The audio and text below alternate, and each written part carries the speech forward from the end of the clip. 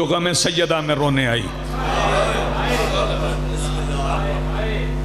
हर उस हाथ को सलाम जो बतूल के गम में सीने पे पड़ा। हर उस लम्हे को सलाम जो शहजादी के दुखों की याद में गुजर गया।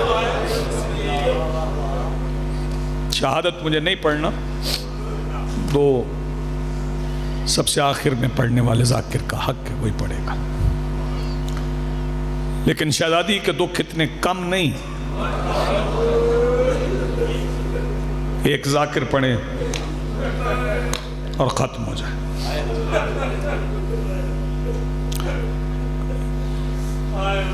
और इसमें तरतीब भी कोई नहीं। पता नहीं कौन सा बंदा जो अब हाय ना करे, इसमें तरतीब भी कोई नहीं, क्योंकि लोगों ने बतूल को तरतीब से मारा ही नहीं है।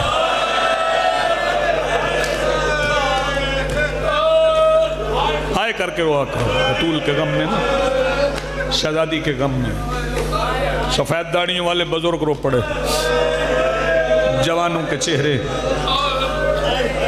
मगमूम हो गए। मैं अपने अजीज जाकिरीन से भी, अपने से बड़े जाकिरीन से भी खलवत में भी कहता हूँ, मिंबर पे भी कहता हूँ,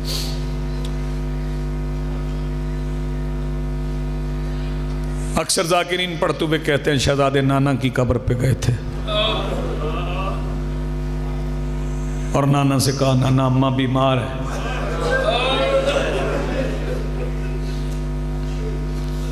इस अजीम शान बारगाह में हाजिर होने वाले आली मर्तबत अज़ादारो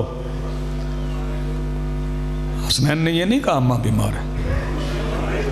दोनों भाइयों ने अमामे रखे, बोले हसन। फरमाया नाना जहां अम्मा नमाज पढ़ती है वो मुसल्ला सुर्ख हो जाता है।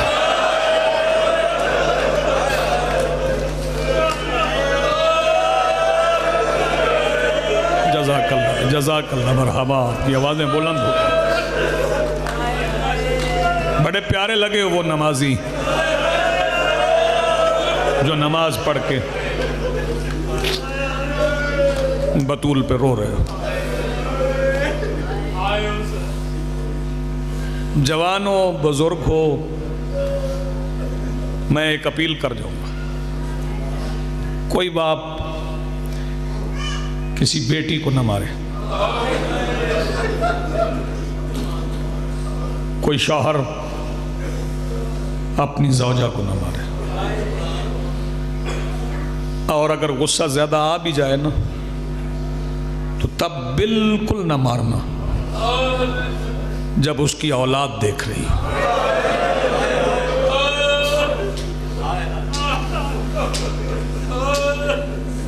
एक फिक्रे में बता दूं,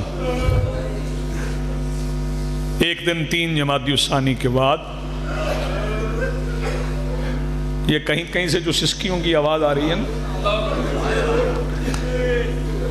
ये दूसरे तीसरे दिन जनाजों पर रोने वाले असीर होते हैं।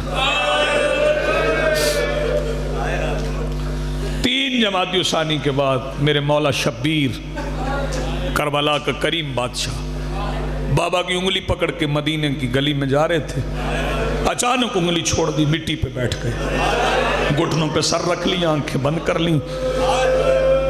अली बादशाह सामने बैठ गए, हुसैन के बेटे का सर चूमा। हुसैन क्या हुआ, क्यों बैठ गए मिट्टी पे, आंखें खोलो ना।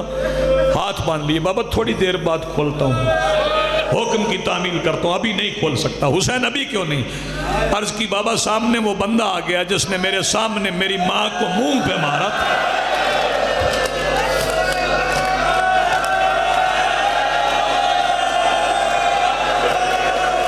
जज़ाकल्लाह मरहबा। मैं बिस्मिल्लाह, हमारी जवानियाँ सलामत रहे। जिसने मेरे सामने मेरी माँ को मुंह पे मारा था वो बंदा सामने आ गया। जी जी बिस्मिल्लाह। बड़ी जख्मी थी बतूल, बड़ी जख्मी थी, मैं फिर कह रहा हूँ बड़ी जख्मी थी शहजादी। एक रिवायत सैयद मोहम्मद अस्फहानी ने असरार फातमिया में लिखी। वो फरमाते हैं कि एक ख़त मदीने से शाम गया। मैं इशारा ही कर सकता हूँ, शहजादी नादिम हूँ, खोल के नहीं बता सकता। एक ख़त मदीने से शाम गया, उसमें लिखने वाले ने लिखा कि मैं बतूल के पहलू पे दरवाज़ा गिरा के उतनी देर उस पर खड़ा रहा जब तक उसकी मेखें बतूल की पसलियों में। आपकी आवाज़ें बुलंद हो गई। आखिरी फिक्रा कह रहा हूँ, अजीज है मेरा बेटा है, पढ़ेगा आपको फ़ज़ाइल मसाइब सुनाएगा। शहजादी जब वापस आई थी ना घर, तो सिर्फ सनद के पुर्जे नहीं थे, सिर्फ सनद के पुर्जे नहीं थे, एक कान भी फटा हुआ था। क्या पढ़ूं यार मसाइब में, मजबूरी है, कुछ पाबंदी है, एक कान भी फटा हुआ था। क्योंकि जिसने सनद के पुर्जे फेंके थे ना, उसका एक हाथ हवा में भी उठा, और जब वापस आया था तो शहजादी का कान फट गया था। शहजादी कान पे हाथ रख के घर वापस आई। ये बुजुर्ग बैठे हो, मुझे बताओ, हाथ से लहू रुकता जख्म का? नहीं रुकता ना। शहजादी घर में दाखिल हुई, सामने से एक हुजरे का दरवाज़ा खुला, 5 साल की शहजादी निकली। सैयदा ज़ैनब सामने आई, माँ को गौर से देखा, खून की लकीर कान से बह के हाथ से निकली।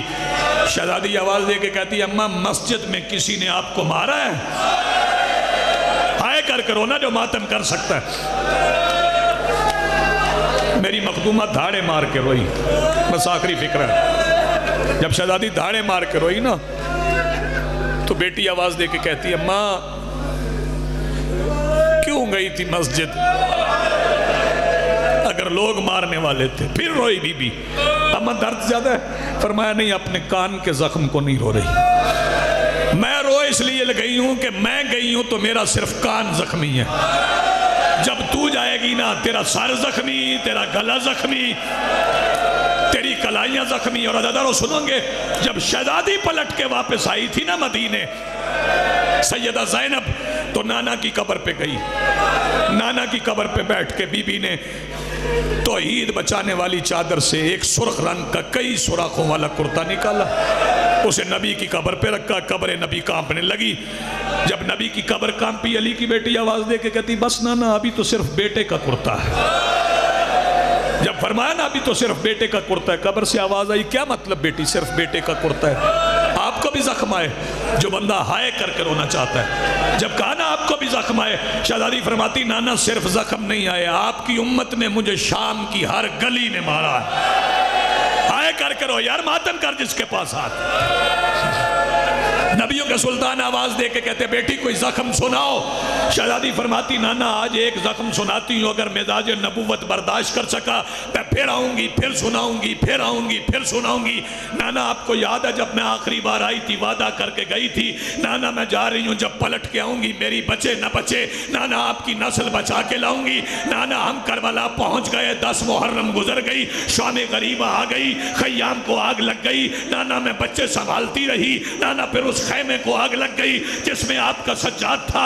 नाना फिर मैंने आग की परवाह नहीं की। नाना मैं जलते हुए खैमे से आपका सज्जाद अपनी पुष्ट पे उठा के जब खैमे से बाहर निकली, इब्न साद ने देखा मोहम्मद का वारिस बच गया है। कहने लगा जल्दी करो, हुसैन के सज्जाद को कत्ल करो।